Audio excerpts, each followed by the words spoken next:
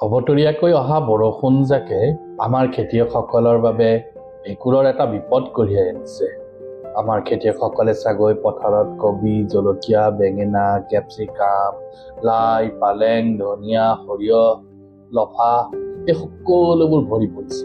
কিন্তু এই অবতৰীয়াকৈ যে আহিল বৰষুণজাক, সেই জাকেনো কি অসুবিধা দিব তাৰ বিষয়ে আজি আমি আলোচনা কৰিম। লগতে তাৰ পৰা পৰিত্ৰাণ পোৱাৰ বিধানো আমি আগবঢ়াম।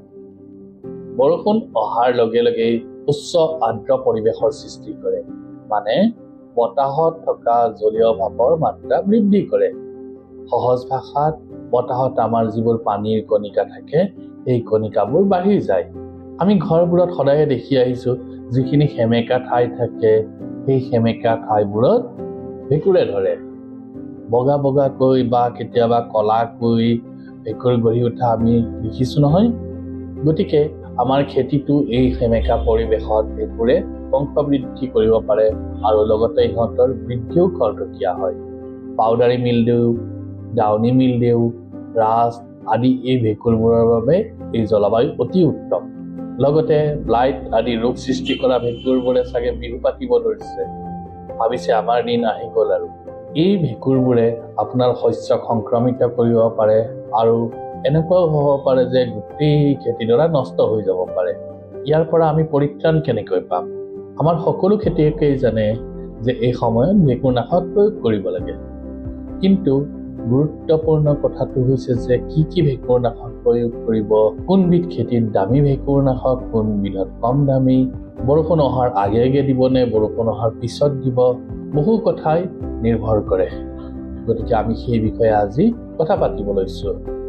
আপুনি যদি ঘৰত খাবলৈ অকণমান খেতি কৰিছে বা শাকজাতীয় খেতি কৰিছে, যেনে লাই, পালেং, মূলা, সৰিয়হ, লফা, ধনিয়া, তেন্তে বেছি টকা খৰচ নকৰিব।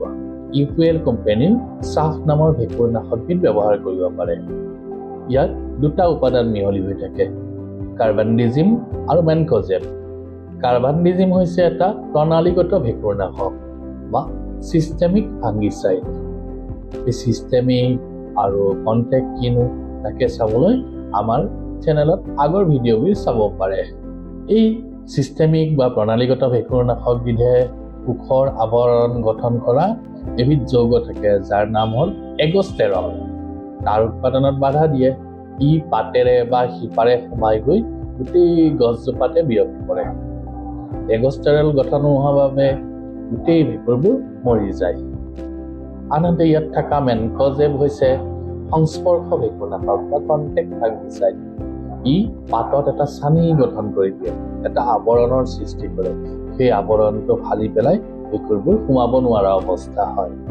বেমাৰ কিমান হৈছে, কোনবিধ শস্য, তাৰ ওপৰত নিৰ্ভৰ কৰি ইউপিএলৰ চাপ কিমান ব্যৱহাৰ কৰিব পাৰি সেইটো বেলেগ বেলেগ হয়। বেছিভাগ শস্যৰ বাবে 1 লিটাৰ পানীত 2 পৰা 4 গ্ৰাম মান মিহলাব পাৰে। বা আপোনাৰ যদি পানীৰ টেংকিটো 16 লিটাৰৰ হয়, তেনেহ'লে 32 পৰা 80 গ্ৰামলৈকে ব্যৱহাৰ কৰিব পাৰে। যদি আপোনাৰ কাষৰ দৰৱৰ দোকানত এই দৰৱবিধ নাই, তেন্তে আমি অন্য কেইটামান দৰৱৰ, বেলেগ কোম্পানীৰ অন্য কেইটামান দৰৱৰ নামো কৈ দিছোঁ। ধনুকা কোম্পানীৰ চিক্সাৰ, ইণ্ডোফিল কোম্পানীৰ কম্পেনিয়ন, ইণ্ডোফিলৰ আৰু এটা আহে স্প্ৰিণ্ট বুলি কোৱা, তাত কাৰ্বানডিজিম 25% আৰু মেনকজেব 50% থাকে। আৰু কত্যায়নী কোম্পানীৰ সামাৰ্থ বুলি কোৱা এটা আহে, ইফকোৰ কাগুইয়া, আনহাতে BACF ভাৰত এগ্ৰকেমিকেল এণ্ড ফাৰ্টিলাইজাৰৰ কাৰ্মান, RK কেমিকেলছৰ কাৰ্মেন আৰু ৰামশ্ৰী কেমিকেলছৰ কামাণ্ডো। এই গোটেইকেইটাতে মেনকজেব আৰু কাৰ্বানডিজিম থাকে।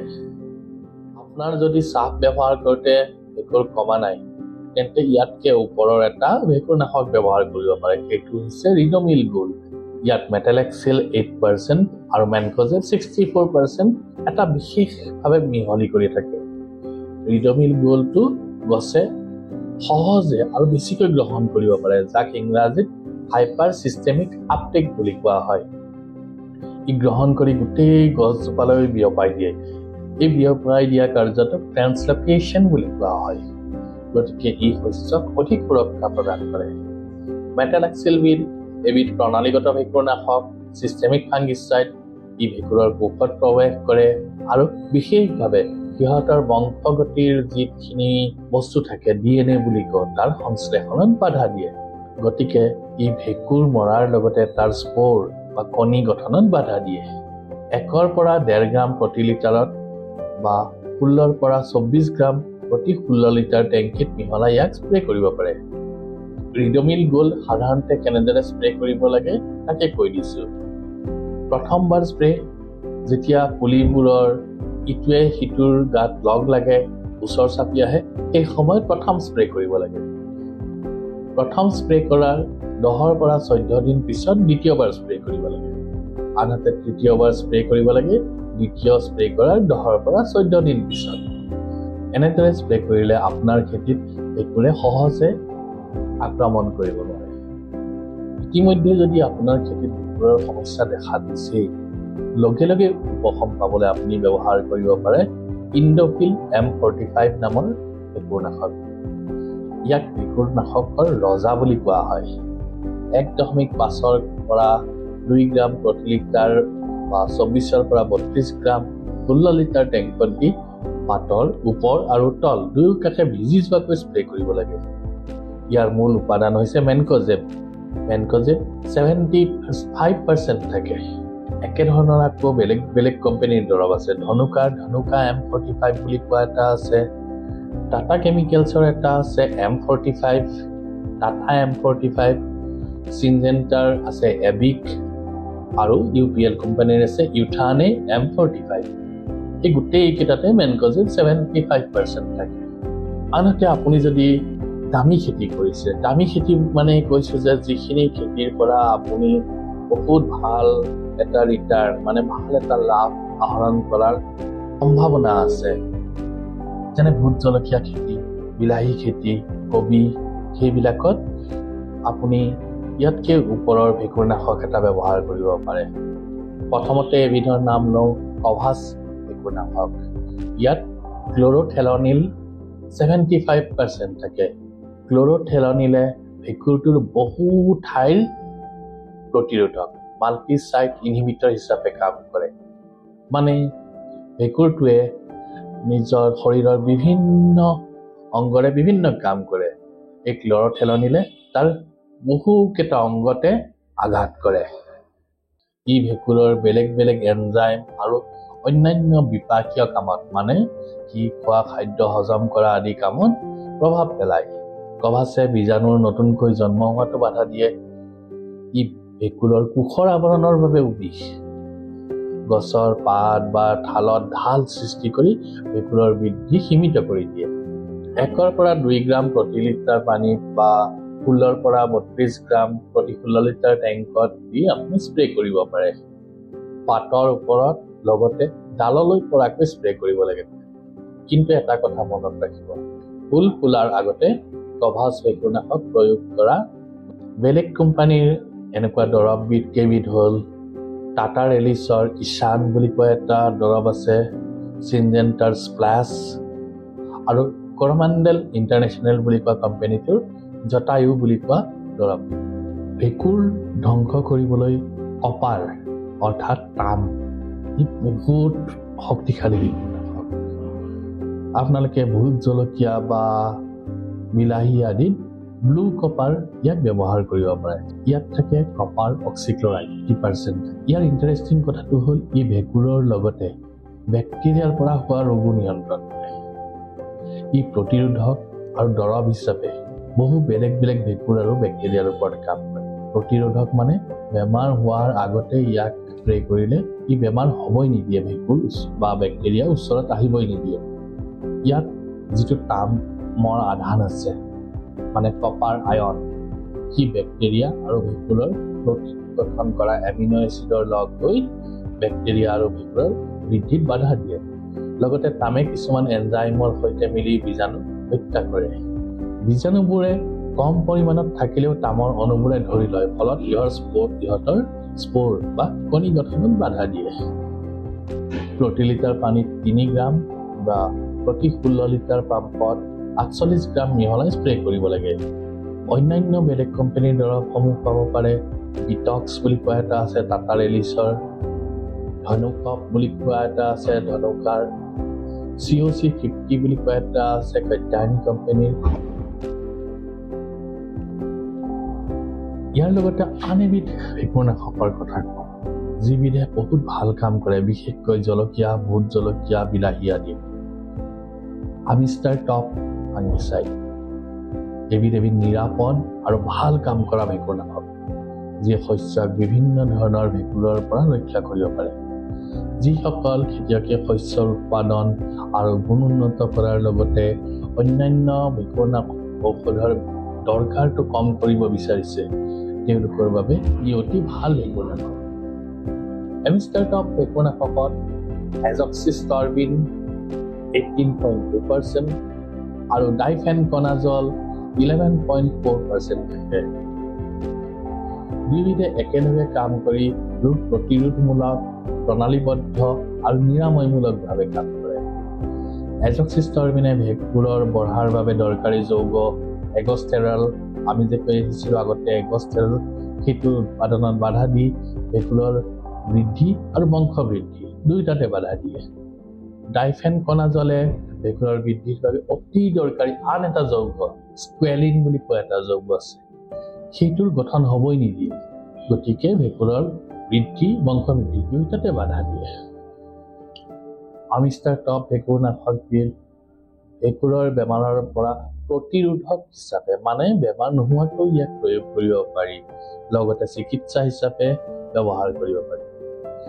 ই গছৰ ভিতৰলৈকে সোমাই যায় আৰু সোমাই গৈ গোটেই গছজোপাক ভেঁকুৰৰ পৰা ৰক্ষা কৰিবলৈ বিচাৰে। মানে গছৰ ভিতৰতে সোমাই থাকে আৰু বাহিৰৰ পৰা ভেঁকুৰ আহিলে তাক গছৰ ভিতৰলৈ সোমাবই নিদিয়ে। আনহাতে যদি ভেঁকুৰ সোমাইছে তাকো মাৰি পেলায়। প্ৰতি লিটাৰ পানীত 1 মিলিলিটাৰ বা প্ৰতি 16 লিটাৰ পাম্পত 16 মিলিলিটাৰ মিহলাই স্প্ৰে কৰিব লাগে। ইয়াক একেধৰণৰ বেলেগ কোম্পানীৰ দৰৱসমূহ হ'ল টুডেজ গ্ল'বেল ক্ৰপ প্ৰটেকশ্যন নামৰ কোম্পানীটোৰ আৰ্নভা বুলি কোৱা, ধনুকাৰ গদিৱা বুলি কোৱা এটা আছে, এগ্ৰছিছ ক্ৰপ চায়েন্সৰ ড্ৰোন বুলি কোৱা এটা আছে, কাত্যায়নী কোম্পানীৰ এজ'জল বুলি কোৱা এটা আছে, আদামা কোম্পানীৰ মিৰাডৰ বুলি কোৱা এটা আছে। এই গোটেইবোৰতে এজক্সিষ্টৰবিন আৰু ডাইফেনকনাজল থাকে।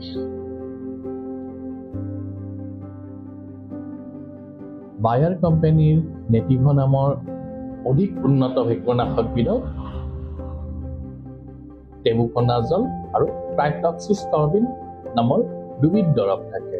নেটিভ হয় সুৰক্ষামূলক আৰু নিৰাময়মূলক, দুই ধৰণে কাম কৰে। আনহাতে ই বহুত বেলেগ বেলেগ ধৰণৰ ভেঁকুৰনাশকো মাৰিব পাৰে, যাক ইংৰাজীত কোৱা হয় চিষ্টেমিক ব্ৰড স্পেক্ট্ৰাম ফাংগিচাইড। ই কেৱল ৰোগ নিৰাময় কৰাই নহয়, শস্যৰ গুণ আৰু উৎপাদনো বঢ়ায়। দুটা বেলেগ ধৰণৰ ভেঁকুৰনাশকে একেলগে কাম কৰে। টেবুকনাজলৰ বাবে ভাল সুৰক্ষামূলক আৰু নিৰাময়মূলক, আৰু ট্ৰাইফ্লক্সিষ্টৰবিনৰ বাবে সুৰক্ষামূলক কাম। দুয়োটা একেলগে হয়। ধান খেতিত যে লেতেৰা গুটি হোৱা ৰোগ এবিধ হয়, ব্লুম ডিছকালাৰেশ্যন অফ ৰাইচ বুলি কোৱা হয়, সেইবিধ প্ৰতিৰোধৰ বাবে নেটিভ ভেঁকুৰনাশকবিধ অতি উপযোগী।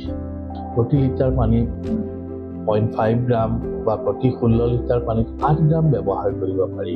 বিলাহী খেতি যদি কৰিছে 1 বিঘাত 40 গ্ৰাম, ধানত প্ৰতি বিঘাত 24 গ্ৰাম, জলকীয়াত 30 গ্ৰাম আৰু ঘেঁহুত 35 গ্ৰাম দৰকাৰ হয়।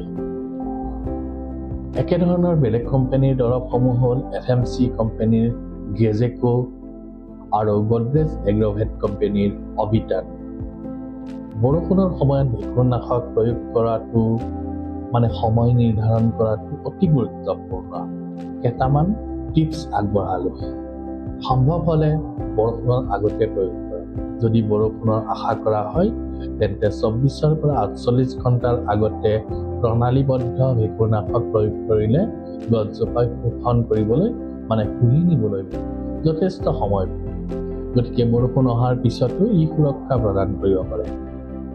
আনহাতে বৰষুণৰ পিছত যদি প্ৰয়োগ কৰিব লাগে তেন্তে বৰষুণ অহাৰ সময়ত প্ৰয়োগ নকৰিব। বৰষুণে ইয়াক ধুই পেলাব পাৰে। এই বৰষুণ বন্ধ হোৱাৰ লগে লগে পাতবোৰ যেতিয়া শুকাব ধৰে সেই সময়ত প্ৰয়োগ কৰিব লাগে। স্প্ৰে কৰোঁতে চিলিকন থকা আঠা বা বিয়পি যোৱা এজেণ্ট স্প্ৰেডিং এজেণ্ট ব্যৱহাৰ কৰিব লাগে। সকলোতকৈ ইম্পৰ্টেণ্ট কথাটো হৈছে আজিকালি সকলোৰে হাততে স্মাৰ্টফোন থাকে। বতৰৰ আগজাননীবোৰ ভালদৰে লক্ষ্য কৰক আৰু সেই লক্ষ্য কৰি বৰষুণ হোৱাৰ আগতে বা বৰষুণ কেতিয়া হ'ব সেইসমূহ চাই মেলি ভেঁকুৰনাশকসমূহ ব্যৱহাৰ কৰিলে ভাল ফল পোৱা যায়। আশা কৰোঁ আমাৰ কথাখিনি আপোনালোকে ভালদৰে শুনিলে। আপোনালোকৰো যদি কিবা পৰামৰ্শ থাকে তেন্তে কমেণ্টত জনাব পাৰে। আমাৰ ইউটিউব চেনেলটো ছাবস্ক্ৰাইব কৰক, লাইক কৰক আৰু নতুন নতুন ভিডিঅ' সদায় আগতীয়াকৈ পাই থাকিবলৈ বেল আইকনটোত ক্লিক কৰি তাক বজাই দিবলৈ নাপাহৰিব। ধন্যবাদ।